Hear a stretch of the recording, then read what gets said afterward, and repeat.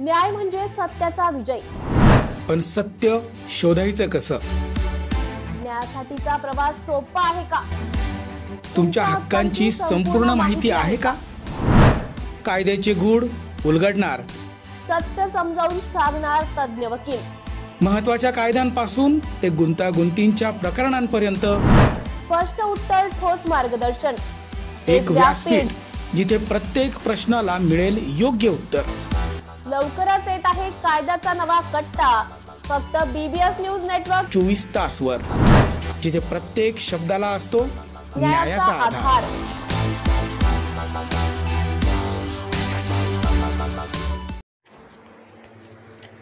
नाशिक जिल्हा bar hotel and restaurant association Nashik यांच्या वतीने नाशिक जिल्ह्यातील मद्य विक्रेता असोसिएशनच्या सर्व सभासदांकडून सध्याच्या परिस्थितीत परमिट रूम धारकांना FL3 मद्य विक्रीवर 10% अतिरिक्त व्हॅट टॅक्स लावला जातो, परंतु थेट मद्य उत्पादकांवर सरसकट फर्स्ट पॉइंट टॅक्स आकारण्यास सहकारचा महसूल मोठ्या प्रमाणात वाढेल। तसेच FL3 परमिट रूम धारकांवरील वेट टॅक्स कर आकारणी फेररचना करून तसेच मद्य उत्पादकांवर सरसकट फर्स्ट पॉइंट टॅक्स आकारून सरकारचा महसूल वाढवण्यात यावे, याकरिता नाशिक जिल्हा बार हॉटेल अँड रेस्टॉरंट असोसिएशनचे अध्यक्ष संजय चव्हाण यांनी पत्रकार परिषद घेऊन माहिती दिली।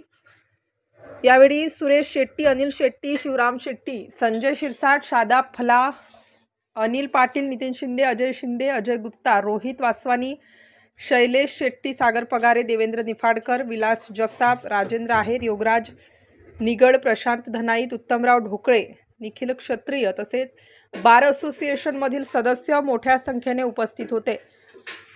अमर सोळंके, BBS न्यूज, नाशिक।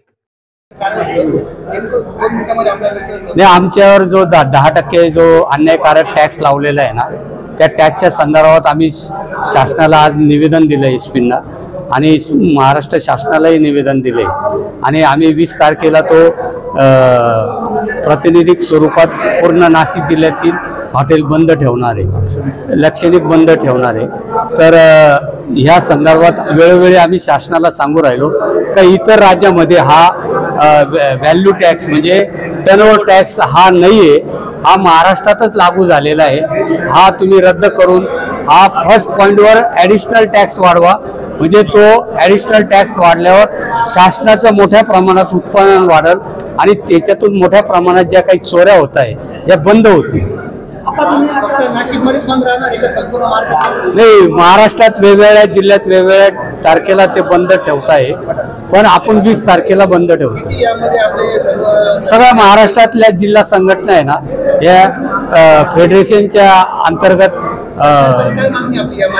सरकारकडे एकच मागणी आहे का हा जो 10% जो टर्नओव्हर टॅक्स आहे हा रद्द करून हा फर्स्ट पॉइंटवर आम्हाला तुम्ही टॅक्स ॲड करा आणि आमच्यावर तो टॅक्स ठेवू नका आणि आमच्या शासनाचं याच्यात जे काही मोठ्या प्रमाणात महसूल वाढेल आणि ज्या चोऱ्या होत आहे ह्या 100% बंद होतील। ही टॅक्स पद्धतच नव्हती ना।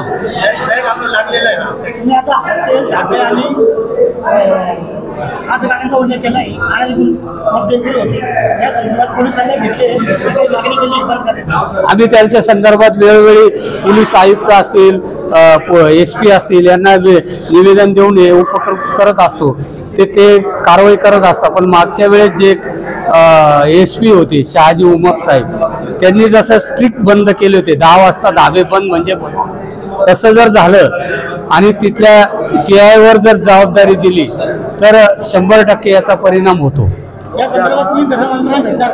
100% आम्ही निवेदन पाठवणार आणि त्यांची प्रत्यक्ष वेळ मागणार का बुवा या संदर्भात आम्हाला तुम्ही वेळ द्यावी। आम्ही जर ती वेळ दिली तर निश्चितच त्यांच्याशी या बाबतीत चर्चा करू। फ्लॅट तुम्ही पण येताय ना आमचं सॅम्पल फ्लॅट बघायला?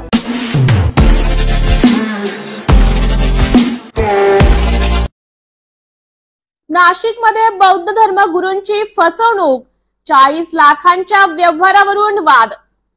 नाशिकच्या सायखडा गावात एका बुद्ध धर्मगुरूंच्या आर्थिक फसवणुकीचा धक्कादायक प्रकार समोर आला आहे।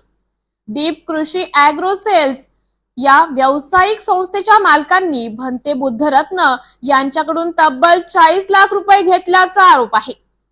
सविस्तर माहिती अशी की सागर शिंदे, दीपक शिंदे आणि कैलास शिंदे हे दीप ऋषी अॅग्रो सेलचे संचालक असून त्यांची पिंपळगाव, सायखेडा आणि ओझर येथे शेती साहित्य व बी बियाणांची दुकाने आहेत. भंते बुद्धरत्न यांच्याकडे लोकांच्या धर्मदानातून आलेली रक्कम त्यांनी उत्पादन वाढवण्यासाठी दिली होती. मात्र 7 महिने उलटल्यानंतरही ही रक्कम परत केली नसल्याचा आरोप आहे. या व्यवहारासंदर्भात पंचवटी आणि मुंबई नाका परिसरात आर्थिक देवाणघेवाण झाल्याची माहिती समोर आली आहे. संचालकांनी सुरुवातीला पैसे परत करण्याचं आश्वासन दिले, मात्र आता त्यांना परतावा नाकारल्याचा आरोप भंते बुद्धरत्न यांनी केला आहे.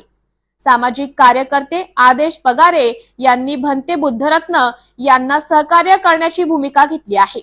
लवकरच नाशिक पोलीस आयुक्त संदीप कर्णिक यांची भेट घेऊन संबंधितांवर तक्रार दाखल केली जाणार आहे. पोलिसांकडून न्याय न मिळाल्यास थेट गृह मंत्रालयात धाव घेण्याचा इशारा भंते बुद्धरत्न यांनी दिला आहे.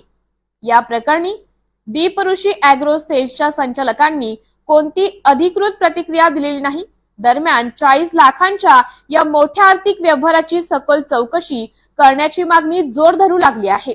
ठिकाणी दीप ऋषी अॅग्रो सेल्सवर येण्याचं कारण हे आहे की सागर शिंदे नावाच्या व्यक्तीने माझ्याकडून वेळोवेळी या दुकानामध्ये जे माल भरण्यासाठी किंवा इन्व्हेस्टमेंट करण्यासाठी माझ्याकडून पैसे घेतले होते आणि त्यांनी असं सांगितलं मला की मी म्हणते की तुम्हाला जे काही धम्माचं कार्य करायचं आहे त्यासाठी मी तुम्हाला काही मदत करील, परंतु आता अद्यापही त्यांनी मला काही दिलं नाही आणि या ठिकाणी आल्यानंतर आम्हाला तो अजूनही भेटलेला नाही. त्यामुळं आमचे पैसे आम्हाला परत मिळावे अशी मी विनंती करतो. किती पैसे दिले भंतेजी तुम्ही? जवळपास 40 लाख. आणि ते कॅश स्वरूपात दिले की काही चेक वगैरे दिले, कसे दिले? कॅश तुम्ही कुठून आणली होती ती? मला दान वगैरे दिलं तर दानातून मी त्यांना दिली. बोला. आम्ही अनेकदा या दीप कृषी एजन्सीमध्ये येऊन गेलेलो आहे, आज पण या ठिकाणी आलेलो आहे. तर इथं सागर शिंदे या व्यक्तीला 6 ते 7 महिन्यापूर्वी भंतेजीकडनं घेऊन पैसे दिलेले, एका संन्यासाचे पैसे घेऊन दिलेले. तर त्या भंतेजीला त्यांनी अनेक प्रकारचे आमिष दाखवलं का तुम्हाला अशा प्रकारे धर्माचा प्रचार करण्यासाठी जे पैसे लागतात तर माझ्या दुकानामध्ये तुम्ही भांडवल टाका, त्याच्यातून येणाऱ्या ज्या नफ्यामधून पैसे येतील त्याच्यातून तुम्हाला धर्माचा प्रचार करण्यासाठी मी तुम्हाला पैसे देईल. तर भंतेजीकडनं अशा प्रकारे अनेक वेळा त्यांना पैसे घेऊन दिलेले. तर आम्ही अनेक वेळा इथं भेटायला आलो तर भेटताना फोन केला तर फोनवर उडवडीचे उत्तर देतो, आज देतो, उद्या देतो, परवा देतो, असे अनेक लोकांचे पैसे त्यांनी घेतलेले आम्हाला पण कळालेलं आहे. इथं दुकानात आलो, त्याचे वडील आहेत, वडील आहेत आणि भाऊ आहे, त्या दुकानात राहतो. हे लोक सुद्धा त्याला पाठीशी घालतात. हे पैसे तो घेतो, इकडं दुकानात माल टाकतो, पिंपळगावला एक दुकान आहे, अजून एक दुकान आहे, तिथं माल टाकतात, ते हे करतात. आणि हे जे त्याचे वडील आहेत ते वडील त्याला पाठीशी घालतात. काय ते दोघं भाऊ, ते काही भाऊ आहे दीपक शिंदे म्हणून, हे दोघं देखील त्याला पाठीशी घालतात पैसे देण्यासाठी. तर हा पैसे घेतो आमच्याकडनं, इथं दुकानात माल भरतो, ते 90 कोटी पैसे येतात ते देण्यासाठी उडवडीचे उत्तर करतो. आज हे संन्यासी माणसाचे पैसे घेऊन करतो तर आज हेडत काढतोय. तर याच्यावरती आम्ही आता पोलीस आयुक्तांना भेटून गुन्हा दाखल करणार आहे आणि आम्ही आता गृहमंत्र्यांची भेट घ्यायला जाणार आहे 2 दिवसामध्ये. BBS न्यूज या राज्यस्तरावरील 24 तास चॅनलसाठी खालील पदावर काम करणाऱ्या उत्साही, अनुभवी आणि शिकाऊ व्यक्तींची आवश्यकता आहे. तसेच राज्यात सर्वत्र जिल्हावार प्रतिनिधी, कॅमेरामन, मार्केटिंग एक्झिक्युटिव्ह नेमणे आहे. पदाचे नाव: रिपोर्टर, कॅमेरामन, उपसंपादक, कॉपी एडिटर, व्हिडिओ एडिटर, निवेदिका, व्हॉइस ओव्हर आर्टिस्ट. त्वरित खालील नंबरवर संपर्क करा. श्री भरत गोसावी, संचालक, 98 227 85 037. श्री सतीश रुपवते, संचालक, 83 297 62 302. श्री बंटी आढाव, संचालक, 89 561 99 139.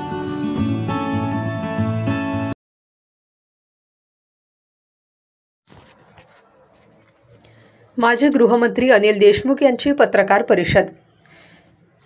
अनिल देशमुख कबर काढू कारसेवा करू असं बोलले.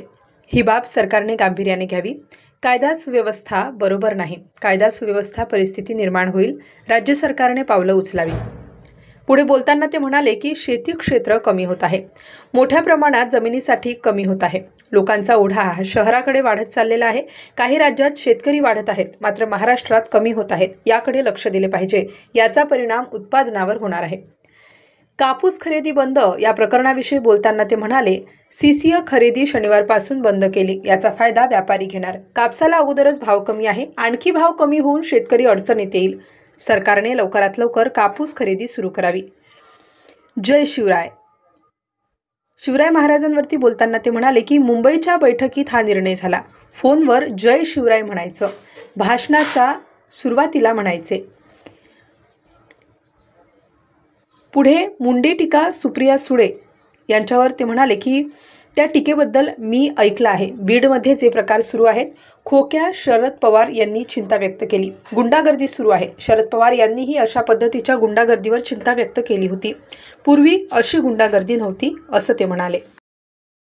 आणि त्या बाबतीत परिषद आज राज्यभरात आंदोलन करणार आहे. त्यांनी इशारा दिलेला आहे की जर त्यांच्या आंदोलनाची दखल घेतली नाही तर पुन्हा एकदा कारसेवा करू आणि ती कबर उद्ध्वस्त करू.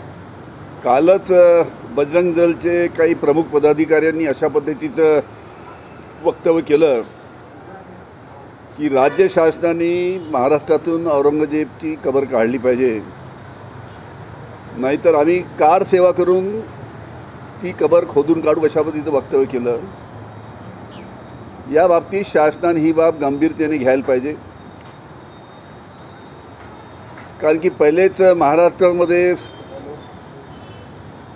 लॉ अँड ऑर्डरची परिस्थिती बरोबर नाही आहे आणि त्या परिस्थितीमध्ये अशी जर काही घटना घडली तर फार मोठ्या प्रमाणात कायदा सुव्यवस्थेची परिस्थिती निर्माण होऊ शकते. महाराष्ट्राच्या जनतेचे अनेक प्रश्न आहेत, शेतकऱ्यांचे अनेक प्रश्न आहेत. शेतकऱ्यांच्या मालाला भाव नाही, कापसाला भाव नाही, सीसीआयची खरेदी थांबली, सोयाबीनला भाव नाही, संत्रा मोसंबीला भाव नाही, असे अनेक प्रश्न, बाकीसुद्धा जनतेचे प्रश्न असताना, कायदा सुव्यवस्थेचे प्रश्न अनेक असताना अशा पद्धतीनं बजरंग दलनी वक्तव्य करणं हे अतिशय दुर्दैवी आहे आणि त्या बाबतीत राज्य शासनाने उचित पावलं उचलली पाहिजे. शेती क्षेत्र पाहिलं महाराष्ट्रामध्ये, काल तुम्ही सांगितलं शेती क्षेत्र कमी झालं आहे, पण सरकारच्या काही प्रतिनिधींचं म्हणणं असं आहे की शेती क्षेत्र कमी झालं महाराष्ट्रात, याचा अर्थ महाराष्ट्राचा विकास होतो आहे, म्हणजे हायवेज झाले, रेल्वेज आहे. ठीक आहे, शेतीचं क्षेत्रफळ जे आहे ते कमी होत आहे. कारण की ठीक आहे, बरोबर, आपल्या डेव्हलपमेंटला जमीन लागते. आपण हायवेज करतो, तुमच्या रेल्वे करतो, शाळा उघडतो, अनेक इन्फ्रास्ट्रक्चरची गोष्टी करतो, त्याला जमीन लागते. त्याच्यामुळे शेतीचं क्षेत्रफळ कमी होतं आहे, शेतीवरचा भार अधिक वाढतो आहे आणि त्याच्यासाठी सर्वात महत्त्वाचं कारण म्हणजे अर्बनायझेशन, जे शहरीकरण महाराष्ट्रामध्ये मोठ्या प्रमाणात होत आहे. ग्रामीण भागामध्ये जनता अतिशय त्रस्त आहे. ग्रामीण भागामध्ये अनेक प्रश्न आहे. त्यांच्या शेतमालाच्या भावाचा प्रश्न आहे, त्यांच्या कर्जमाफीचा प्रश्न आहे, असे अनेक प्रश्न असल्यामुळे गावातील मोठ्या प्रमाणात शेतकरी ते शहरामध्ये त्यांचा ओढा आहे आणि त्याच्यामुळे मोठ्या प्रमाणात महाराष्ट्रामध्ये सर्वात जास्ती शहरीकरण हे महाराष्ट्रात होत आहे. देशामध्ये अजूनही काही असे राज्य आहेत की त्या ठिकाणी शहरीकरणाचा रेट फार कमी आहे. त्या काही राज्यामध्ये, देशातील काही राज्यामध्ये शेतीचं क्षेत्रफळ वाढत आहे, पण आपल्या भागामध्ये शहरीकरणाच्या प्रश्नामुळे मोठ्या प्रमाणात शेतीचं क्षेत्र कमी होत आहे. त्याच्यामुळे पुढील काळामध्ये अन्नधान्याचा प्रश्नसुद्धा त्यांना निर्माण होऊ शकतो. याच्या बाबतीत सुद्धा राज्य शासनाने योग्य तो विचार करायला पाहिजे. कापूस अजूनही शेतकऱ्यांकडे पडून आहे, मात्र सीएसआयनं शनिवारपासून जे आहे ते शेतकऱ्यांकडून कापूस खरेदी बंद केली आहे, त्यामुळे आता खाजगी बाजारात कापसाचे दर पडण्याची मोठी शक्यता आहे. असं आहे की CCIची खरेदी बदल्या काळामध्ये चालू होती, पण त्यांनी शनिवारपासून खरेदी एक बंद केली. आजच्या तारखेला कोणतीही शासनाच्या माध्यमातून खरेदी नाही आणि त्याचा फायदा आता व्यापारी मंडळी घेणार. पहिलेच कापसाला भाव नाही. तुम्ही आठवा, आमचं जेव्हा सरकार होतं, महाविकास आघाडीचं सरकार होतं, तेव्हा 13,000 14,000 रुपयापर्यंत आम्ही प्रति क्विंटल कापसाला भाव दिला. आता 7,000 भाव आहे. आणि त्याच्यातही जर CCIची खरेदी जर बंद झाली तर अजून यामध्ये भाव कमी होईल आणि त्याच्यामुळे अजून शेतकऱ्यांच्या अडचणी वाढेल. या बाबतीत सुद्धा लवकरात लवकर राज्य शासनाने कापसाची शासकीय खरेदी कशी चालू होईल आणि शेतकऱ्यांच्या कापसाला योग्य भाव कसा मिळेल यासाठी लवकरात लवकर निर्णय घ्यायला पाहिजे. फोनवर बोलताना किंवा भाषणाच्या सुरुवातीला जय शिवराय म्हणायचं असं राष्ट्रवादी शरदचंद्र पवार यांनी निर्णय घेतलेला आहे. जयंत पाटलांनी त्याची सुरुवातही केलेली आहे. काय सांगाल? चांगलं आहे. आम्ही तशी मुंबईच्या सभेमध्ये मुंबईच्या बैठकीमध्ये हा निर्णय झाला आणि चांगली सुरुवात आहे त्यांनी. तुम्हाला सुद्धा सर्वांना जय शिवराय. काल सुप्रिया सुळेंनी धनंजय मुंडेवर टीका केलेली आहे की बरं झालं पक्ष कुठला जो व्यक्ती आपली बायको आणि मुलीच्या गाडीमध्ये बंदूक ठेवतो अशा फालतू माणसाबरोबर काम करणं शक्य नाही अशी टीका सुप्रिया सुळेंनी ऐकली मी. त्यांनी जी टीका केली ती ऐकली मी. आता ज्या पद्धतीनं बीडमध्ये ज्या पद्धतीनं गेल्या 4 महिन्यापासून प्रकार होत आहे, खोक्या बोक्या ठोक्या काय काय नावं आहेत त्यांची काही समजत नाही. म्हणजे इतक्या मोठ्या प्रमाणात त्या ठिकाणी गुंडगिरीचं राज्य पसरलेलं आहे. पवारसाहेबांनी सुद्धा त्याच्याबद्दल चिंता व्यक्त केली की बीड जिल्हा सुरुवातीला असा कधी नव्हता, पण ज्या पद्धतीनं गुंडागर्दीचं त्या ठिकाणी आणि गुंडागर्दी करणाऱ्या लोकांना संरक्षण देण्यात येतं आणि त्याच्यामुळे तिथे जास्ती गुंडागर्दी फोफावते हे संपूर्ण चित्र त्या ठिकाणचं आहे. त्याचा उल्लेखसुद्धा माननीय शरद पवार साहेबांनी केलेला आहे. 100 दिवसात एका मंत्र्यांची विकेट गेलेली आहे. पुढील 6 महिन्यात आणखी एक मंत्र्याची विकेट जाणार असं सुप्रिया सुळे म्हणालेले आहेत. कार्यकर्त्यांना मार्गदर्शन. सुप्रियाताई म्हणतात 1 मंत्र्याची. संजय राऊतांकडे तर कागदपत्र आहे ते म्हणतात 6 मंत्र्याची विकेट जाणार. आता एकाची जाणार की 6 जाणार त्यात लवकरात लवकर कळेल. प्रशांत कोरडकर प्रकरणामध्ये ज्या पद्धतीनं जामीन मिळालेला अंतरिम जामीन मिळालेला आहे, अटक करून पोलिसांचं म्हणणं असं आहे आणि न्यायालयानं या संपूर्ण प्रकरणामध्ये निरीक्षण असं नोंदवलं आहे की कोरडकरनं दावा केला होता की तो आवाज माझाच नाही आहे, माझा नाही आहे आणि AI वगैरे वापरला आहे. यावरती पोलिसांनी आपलं म्हणणं काही दिलं नाही आहे म्हणून त्याला तो दिलासा मिळालेला आहे. संपूर्ण प्रकरणाकडे तुम्ही कसं बघता? हा संपत आहे. प्रशांत कोरटकरला राज्य शासनाचं संरक्षण आहे याच्यावरून दिसतं आहे. मी मागे बोललो होतो की जेव्हा प्रशांत कोरटकरनी वक्तव्य केलं त्यावेळेसच त्याला जर अटक नागपूरला त्याला अटक झाली असती. नागपूरच्या त्याच्या घरी पोलिसांचं संरक्षण असतानासुद्धा त्या ठिकाणी पोलीस असतानासुद्धा तो नागपुरातून फरार झाला. सर्वांना हेच आश्चर्य आहे की त्याच्या घराला पोलिसांचं संरक्षण असताना तो घरात असताना पोलिसांच्या संरक्षणामध्ये तो फरार कसा होतो. आणि ज्या पद्धतीनं न्यायालयामध्ये राज्य शासनाच्या माध्यमातून बाजू ठेवायला पाहिजे होती, जो से द्यायला पाहिजे होता राज्य शासनाच्या माध्यमातून, त्या पद्धतीची बाजू त्या पद्धतीची कमजोर बाजू ठेवल्यामुळे त्याला कोर्टाच्या माध्यमातून त्याला दिलासा मिळाला आहे. त्याच्यामुळे छत्रपती शिवाजी महाराजांच्या बाबतीत अवमान करणाऱ्या प्रशांत कोरटकरला राज्य शासनाने संरक्षण देऊ नये आणि या बाबतीत फार मोठा आक्रोश त्या निमित्तानं जनतेचा आहे. थँक्यू.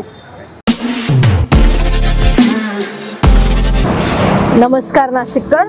आज आपण आहोत ललित रुंठा ग्रुप यांच्या रुंठा फ्लोरेन्झा या प्रोजेक्टला. तर हा प्रोजेक्ट आहे प्रीमियम लोकेशनला म्हणजेच गोविंद नगर जवळ. या प्रोजेक्टमध्ये आपण 20हून अशा लक्झरियस ॲम्युनिटीज दिलेल्या आहेत, जसे की वॉकिंग ट्रॅक, मल्टीपर्पज हॉल आणि यासारख्या भरपूर अशा युनिक ॲम्युनिटीज. चला तर मग बघूया आपण आपला सॅम्पल फ्लॅट. तर हा आहे आपला प्रशस्त असा लिव्हिंग रूम आणि याला आपण सुंदर अशी बाल्कनी दिलेली आहे.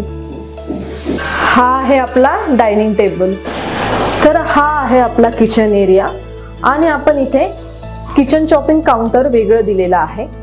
इथे आपण दिलेले आहेत किचन ट्रॉलीज आणि स्टोरेजसाठी आपण इकडे कॅबिनेट्स पण दिलेले आहे आणि प्लस आपण इथे युटिलिटी एरिया पण दिलेला आहे.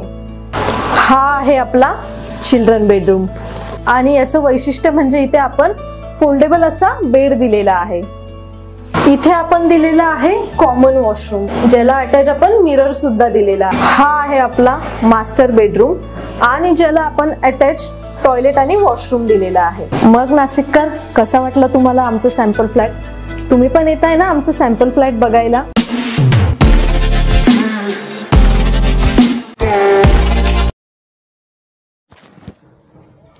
औरंगजेबाची कबर हटवण्याच्या मागणीसाठी विश्व हिंदू परिषद बजरंग दलच्या वतीने आंदोलन.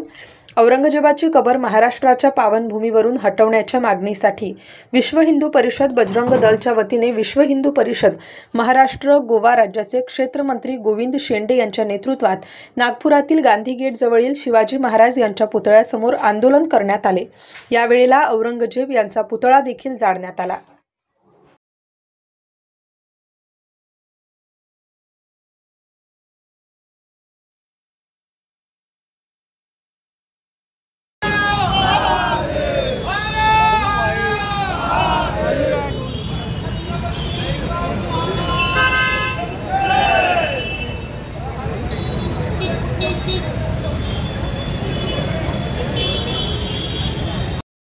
हिंदी प्रदर्शन किया गया है। हिंदी बोली फिर पहले मराठी एक आपने ट्राई कर रही है, क्या बोल रहा है? हिंदू बोले लोग मराठी बोल रहे हैं। सभी बंधुओं, आज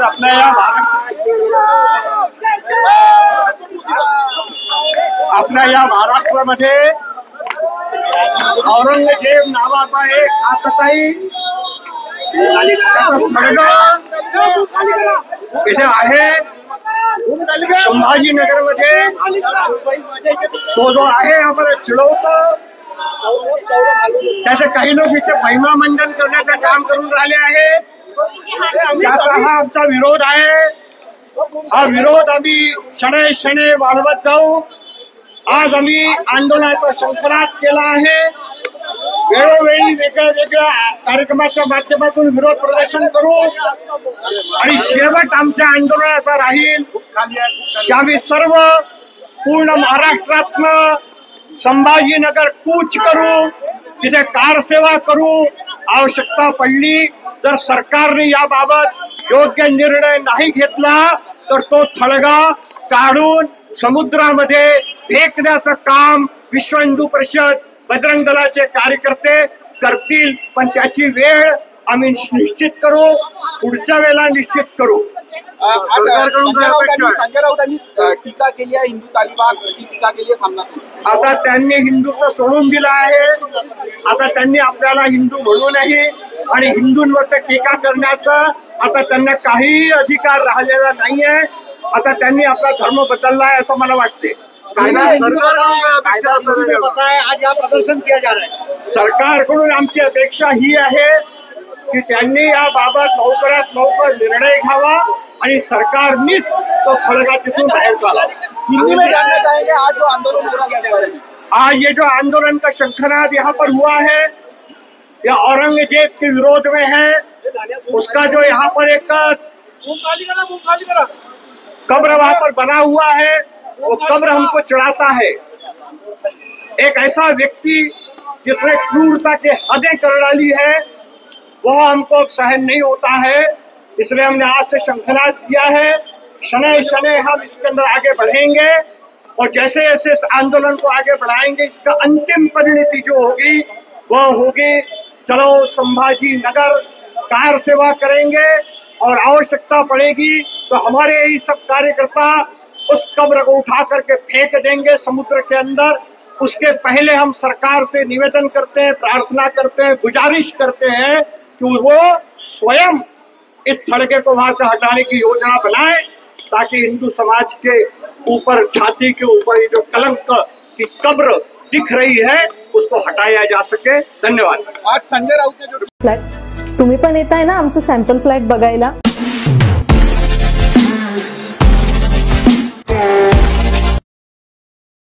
नाशिकमध्ये बौद्ध धर्मगुरूंची फसवणूक, 40 लाखांच्या व्यवहारावरून वाद. नाशिकच्या सायखडा गावात एका बुद्ध धर्मगुरूंच्या आर्थिक फसवणुकीचा धक्कादायक प्रकार समोर आला आहे. दीप कृषी अॅग्रो सेल्स या व्यावसायिक संस्थेच्या मालकांनी भंते बुद्धरत्न यांच्याकडून तब्बल 40 लाख रुपये घेतल्याचा आरोप आहे. सविस्तर माहिती अशी की सागर शिंदे, दीपक शिंदे आणि कैलास शिंदे हे दीप ऋषी अॅग्रो सेलचे संचालक असून त्यांची पिंपळगाव, सायखेडा आणि ओझर येथे शेती साहित्य व बी बियाणांची दुकाने आहेत. भंते बुद्धरत्न यांच्याकडे लोकांच्या धर्मदानातून आलेली रक्कम त्यांनी उत्पादन वाढवण्यासाठी दिली होती. मात्र 7 महिने उलटल्यानंतरही ही रक्कम परत केली नसल्याचा आरोप आहे. या व्यवहारासंदर्भात पंचवटी आणि मुंबई नाका परिसरात आर्थिक देवाणघेवाण झाल्याची माहिती समोर आली आहे. संचालकांनी सुरुवातीला पैसे परत करण्याचं आश्वासन दिले, मात्र आता त्यांना परतावा नाकारल्याचा आरोप भंते बुद्धरत्न यांनी केला आहे. सामाजिक कार्यकर्ते आदेश पगारे यांनी भंते बुद्धरत्न यांना सहकार्य करण्याची भूमिका घेतली आहे. लवकरच नाशिक पोलीस आयुक्त संदीप कर्णिक यांची भेट घेऊन संबंधितांवर तक्रार दाखल केली जाणार आहे. पोलिसांकडून न्याय न मिळाल्यास थेट गृह मंत्रालयात धाव घेण्याचा इशारा भंते बुद्धरत्न यांनी दिला आहे. या प्रकरणी दीप ऋषी अॅग्रो सेल्सच्या संचालकांनी कोणती अधिकृत प्रतिक्रिया दिलेली नाही. दरम्यान 40 लाखांच्या या मोठ्या आर्थिक व्यवहाराची सखोल चौकशी करण्याची मागणी जोर धरू लागली आहे. या ठिकाणी दीप ऋषी अॅग्रो सेल्स येण्याचं कारण हे आहे की सागर शिंदे नावाच्या व्यक्तीने माझ्याकडून वेळोवेळी या दुकानामध्ये जे माल भरण्यासाठी किंवा इन्व्हेस्टमेंट करण्यासाठी माझ्याकडून पैसे घेतले होते आणि त्यांनी असं सांगितलं मला की मी म्हणते की तुम्हाला जे काही धम्माचं कार्य करायचं आहे त्यासाठी मी तुम्हाला काही मदत करीन, परंतु आता अद्यापही त्यांनी मला काही दिलं नाही आणि या ठिकाणी आल्यानंतर आम्हाला तो अजूनही भेटलेला नाही. त्यामुळे आमचे पैसे आम्हाला परत मिळावे अशी विनंती करतो. किती पैसे दिले भंतेजी तुम्ही? जवळपास 40 लाखांवर. आणि ते कॅश स्वरूपात दिले की काही चेक वगैरे दिले, कसे दिले? कॅश तुम्ही कुठून आणली होती ती? मला दान वगैरे दिले तर दानातून मी त्यांना दिली. बोला. आम्ही अनेकदा या दीप कृषी एजन्सीमध्ये येऊन गेलेलो आहे, आज पण या ठिकाणी आलेलो आहे. तर इथं सागर शिंदे या व्यक्तीला 6 ते 7 महिन्यापूर्वी भंतेजीकडनं घेऊन पैसे दिलेले, एका संन्यासाचे पैसे घेऊन दिलेले. तर त्या भंतेजीला त्यांनी अनेक प्रकारचे आमिष दाखवलं तर तुम्हाला अशा प्रकारे धर्माचा प्रचार करण्यासाठी जे पैसे लागतात तर माझ्या दुकानामध्ये तुम्ही भांडवल टाका, त्याच्यातून येणाऱ्या ज्या टप्प्यामधून पैसे येतील त्याच्यातून तुम्हाला धर्माचा प्रचार करण्यासाठी मी तुम्हाला पैसे देईल. तर भंतेजीकडनं अशा प्रकारे अनेक वेळा त्यांना पैसे घेऊन दिलेले. तर आम्ही अनेक वेळा इथं भेटायला आलो तर भेटताना फोन केला तर फोनवर उडवडीचे उत्तर देतो, आज देतो, उद्या देतो, परवा देतो, असे अनेक लोकांचे पैसे त्यांनी घेतलेले आम्हाला पण कळालेलं आहे. इथं दुकानात आलो, हे त्याचे वडील आहेत, वडील आहेत आणि भाऊ आहे, त्या दुकानात राहतो. हे लोक सुद्धा त्याला पाठीशी घालतात. हे पैसे तो घेतो, इकडं दुकानात माल टाकतो, पिंपळगावला एक दुकान आहे, अजून एक दुकान आहे, तिथं माल टाकतात, ते हे करतात. आणि हे जे त्याचे वडील आहेत ते वडील त्याला पाठीशी घालतात. काय ते दोघं भाऊ, त्याचा एक भाऊ आहे दीपक शिंदे म्हणून, हे दोघं देखील त्याला पाठीशी घालतात पैसे देण्यासाठी. तर हा पैसे घेतो आमच्याकडनं, इथं दुकानात माल भरतो, ते 90 कोटी पैसे येतात ते देण्यासाठी उडवडीचे उत्तर करतो. आज हे संन्यासी माणसाचे पैसे घेऊन देतो तर असं हेडत काढतोय. तर याच्यावरती आम्ही आता पोलीस आयुक्तांना भेटून गुन्हा दाखल करणार आहे आणि आम्ही आता गृहमंत्र्यांची भेट घ्यायला जाणार आहे 2 दिवसामध्ये. बीबीएस न्यूज या राज्यस्तरावरील 24 तास चॅनलसाठी खालील पदावर काम करणाऱ्या उत्साही, अनुभवी आणि शिकाऊ व्यक्तींची आवश्यकता आहे. तसेच राज्यात सर्वत्र जिल्हावार प्रतिनिधी, कॅमेरामन, मार्केटिंग एक्झिक्युटिव्ह नेमणे आहे. पदाचे नाव: रिपोर्टर, कॅमेरामन, उपसंपादक, कॉपी एडिटर, व्हिडिओ एडिटर, निवेदिका, व्हॉइस ओव्हर आर्टिस्ट. त्वरित खालील नंबरवर संपर्क करा. श्री भरत गोसावी, संचालक, 98 227 85 037. श्री सतीश रुपवते, संचालक, 83 297 62 302. श्री बंटी आढाव, संचालक, 89 561 99 139. पंढरपुरात बजरंग दलाचे आंदोलन. छत्रपती संभाजीनगरमधील औरंगजेबाची कबर काढून टाकावी या मागणीसाठी आज येथील बजरंग दलाच्या वतीने आंदोलन करण्यात आले. पंढरपूर तहसील कार्यालयासमोर बजरंग दलाच्या कार्यकर्त्यांनी आंदोलन करून तहसीलदारांना लेखी निवेदन दिले. जय श्रीराम. श्रीनाथ संगीतराव, बजरंग दल जिल्हा संयोजक, पंढरपूर. विश्व हिंदू परिषद राज्यव्यापी जे आंदोलन चालू आहे की औरंगजेबाची कबर ही महाराष्ट्रातच नव्हे तर भारतातच आम्हाला नको आहे. यासाठी हे विश्व हिंदू परिषदचं भारतभर हे पूर्ण राज्यव्यापी आंदोलन चालू आहे। ज्या औरंगजेबानं स्वतःच्या बापाला, स्वतःच्या मुलाला हे राज्य करायसाठी स्वतःच्या मुलाला बापाला त्यांनी जन्म मारलं त्या, आणि ज्या हजारो लोकांची आणि हजारो हिंदू लोकांची त्यांनी कत्तल घडून आणली, धर्मांतर केलं, अशा औरंगजेबाची कबर ही आम्हाला महाराष्ट्रात नकोय। जर ते जे काय लोक म्हणतायत की ते शौर्याचं प्रतीक आहे किंवा त्याचं काय उदात्तीकरण करायचं आहे, त्याने त्याच्या आपल्या घरी नेऊन त्याची कबर करायची आहे। आम्हाला ही औरंगजेबाची कबर इथं चालता कामा नये। शासनाला आमचा सांगणं आहे की जर तुम्हाला ही कबर काढण्यात तर तुम्ही अयशस्वी असाल तर बजरंग दल स्वतः येऊन 1990 आणि 1992 साली जी कार सेवा झाली त्याची पुनरावृत्ती जर तुम्हाला पाहिजे नसेल तर ती कबर तुम्ही काढायची नसेल तर पंढरपुरामधून हजारो लोक बजरंगी हे औरंगाबाद संभाजीनगर मध्ये येऊन त्या तिथली कबर काढण्यात आम्ही सक्षम आहोत। जर शासनाला याचा संपूर्ण आज काय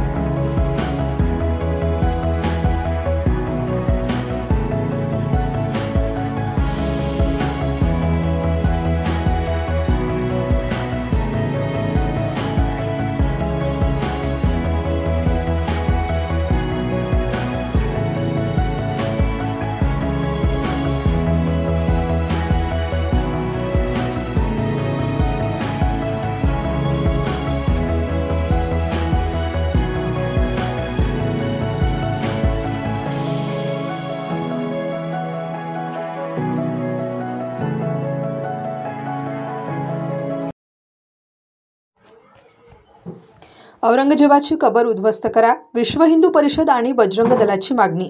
औरंगजेबची कबर उद्ध्वस्त करा, अन्यथा बाबरी मस्जिदीप्रमाणे ही कबर उद्ध्वस्त करू, असा इशारा विश्व हिंदू परिषद आणि बजरंग दलाने जालन्याच्या जिल्हाधिकाऱ्यांना दिला आहे। आज विश्व हिंदू परिषद आणि बजरंग दलाच्या वतीनं जालना जिल्हाधिकारी कार्यालयासमोर औरंगजेबाची कबर हटवा आंदोलन करण्यात आले। या आंदोलनादरम्यान जोरदार घोषणाबाजी देखील करण्यात आली।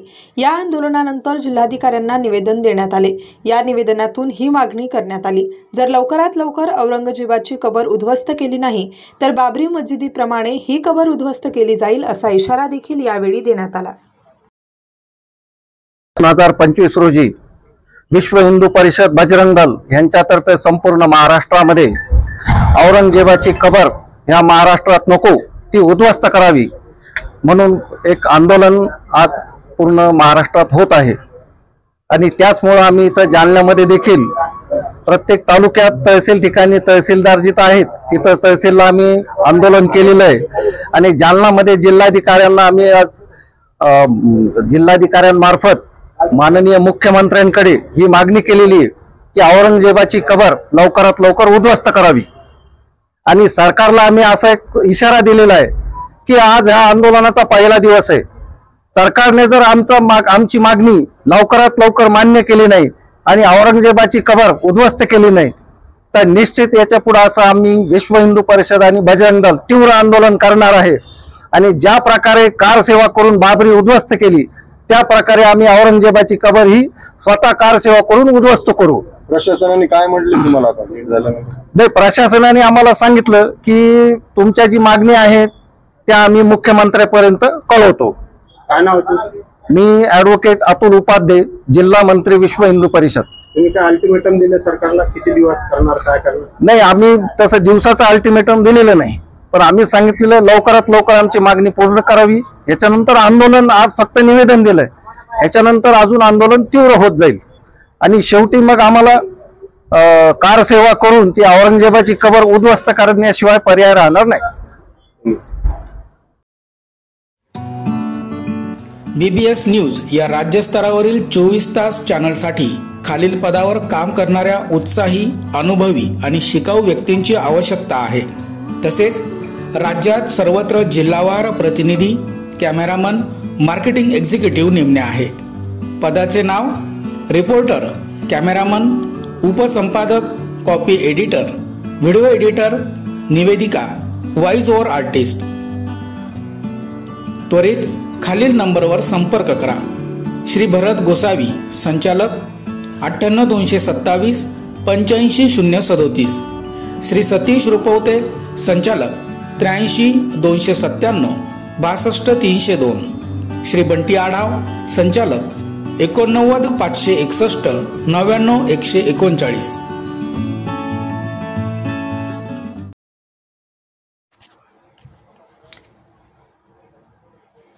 औरंगजेबाची कबर उखडून टाकण्याच्या मागणीसाठी विश्व हिंदू परिषद बजरंग दलाचे आंदोलन.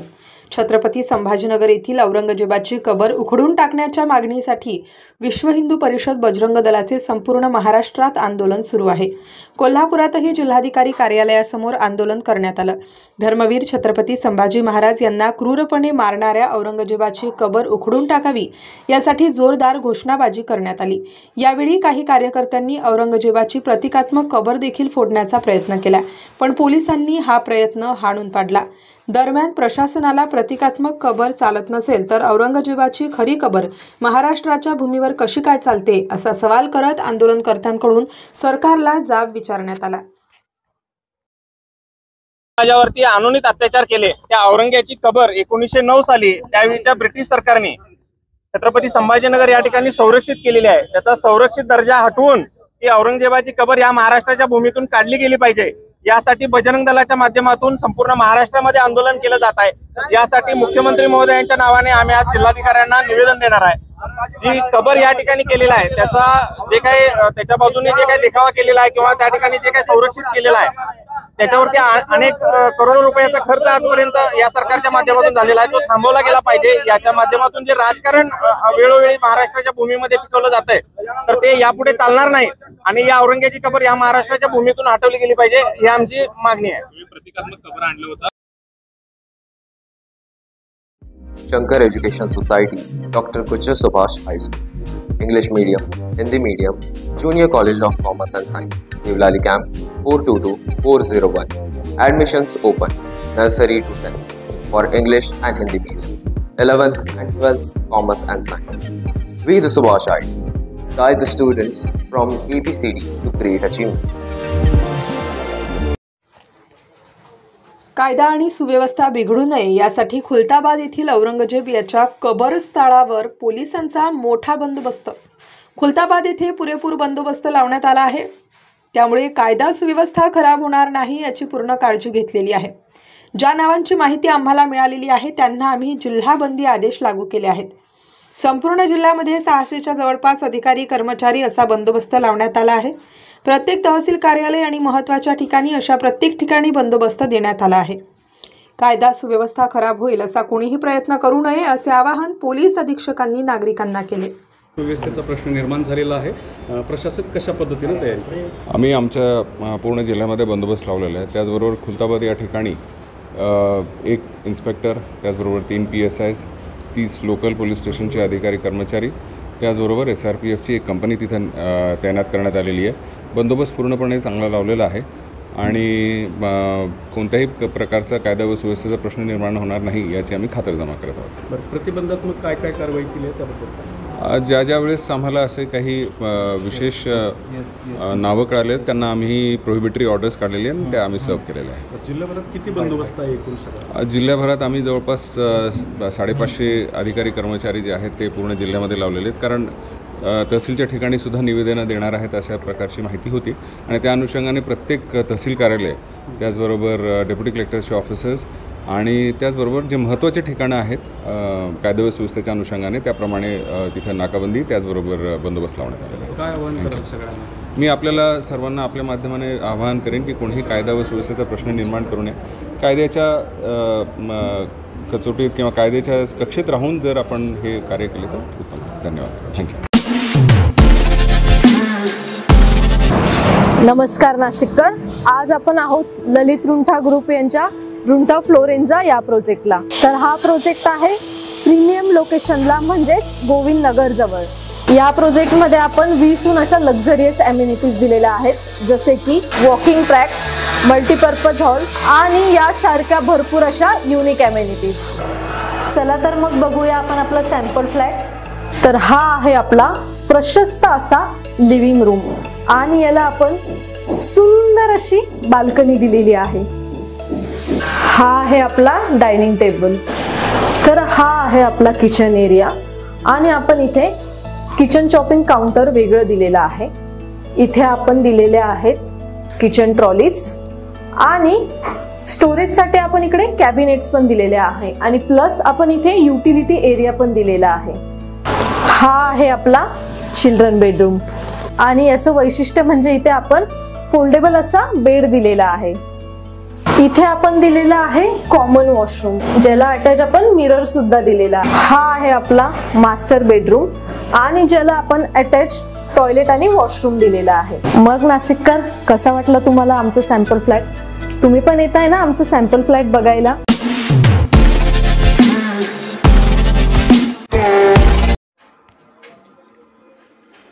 नांदेड जिल्हा परिषदेचा 22,26,76,000 रुपयांच्या अर्थसंकल्पाला मंजुरी. आज नांदेड जिल्हा परिषद सन 2025-26चा अर्थसंकल्प जिल्हा परिषद येथील यशवंतराव चव्हाण सभागृहात जिल्हा परिषदेच्या मुख्य कार्यकारी अधिकारी मिनल करणवाल यांनी हा अर्थसंकल्प मांडला. यावेळी उपमुख्य कार्यकारी अधिकारी संदीप माळोदे, मुख्य लेखा व वित्त अधिकारी शिवप्रकाश चन्ना यांची उपस्थिती होती. नांदेड जिल्हा परिषदेचा 22,26,76,000 रुपयांच्या अर्थसंकल्पाला मंजुरी देण्यात आली आहे. आमच्या सोलर पॅनल लावायचे सीमावरच्या शाळेवर किंवा महिलांना जे की बचत गटांच्या मेंबर असतील त्यांना मार्केटिंग पॅकेजिंग बद्दल ट्रेनिंग देणे किंवा मागासवर्गीय महिलांना वैयक्तिक व्यवसायांसाठी 50 लाख वेगळे ठेवणे अशा योजनेवर भर दिलेला आहे. कृषी विभागात आपण ड्रोन FPOs ला देणार, त्याच्यासाठी वेगळी तरतूद यावर्षी केली गेलेली आहे. बायो लॅब्स प्रत्येक FPO ला म्हणजे एक तालुक्याला एक FPO ला बायो लॅब, जिथे रासायनिक खत सोडून काहीतरी नैसर्गिक तयार होईल शेतकऱ्यांसाठी, त्याच्यासाठीही यावर्ष तरतूद केली गेलेली आहे. आपण जे नेहमी म्हणत राहतो की शाळेंसाठी काहीतरी करावं, शाळेंसाठी काहीतरी करावं, तर यावर्षी आपण थोडंसं दुरुस्तीवर बळ न देता सोलरची तरतूद केलेली आहे. पशुसंवर्धन विभागामध्ये आपण जे बाहेर खोडे असतात त्याच्यावर शेड लावण्याचाही आपण एक प्रयत्न केलेला आहे आणि 3 ते 4 PHCs ला जिथे सर्वात जास्त मोठी OPD असते तिथे आपण मॉड्युलर डिलिव्हरी रूम हे करायला यावर्षी इच्छुक आहोत. तर एकत्रितपणे यावर्षी जिल्हा परिषद नांदेडच्या अर्थसंकल्पाचं हे मूड राहिलेलं आहे की आपण लाभार्थ्यांना कसं सशक्त करू शकतो आणि हा जे अर्थसंकल्प आहे हे परिणाम आहे माझी 1.5 वर्षाची जी शेतकऱ्यांसोबत, विद्यार्थ्यांसोबत, महिला बचत गटांसोबत जी चर्चा झालेली आहे त्याचा परिणाम हा अर्थसंकल्प आहे.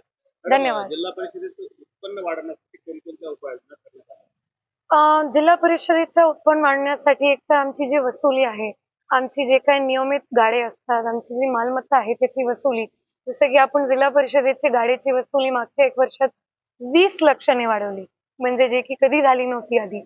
आणि आमची जी मोठी ग्रामपंचायत आहे, समजा बाजूची वाडी घेतली, विष्णुपुरी घेतली, बारड घेतली, नरसी घेतली, इथे आपण जे की कर रिवाइज करतो, ज्याच्यामुळे म्हणजे जे आजची वास्तविक परिस्थिती जे की कर दाखवेल अशी आपण प्रयत्नात आहोत की ज्याच्यामुळे आमच्या करची सुद्धा आमची उत्पन्नाची वाढ होईल.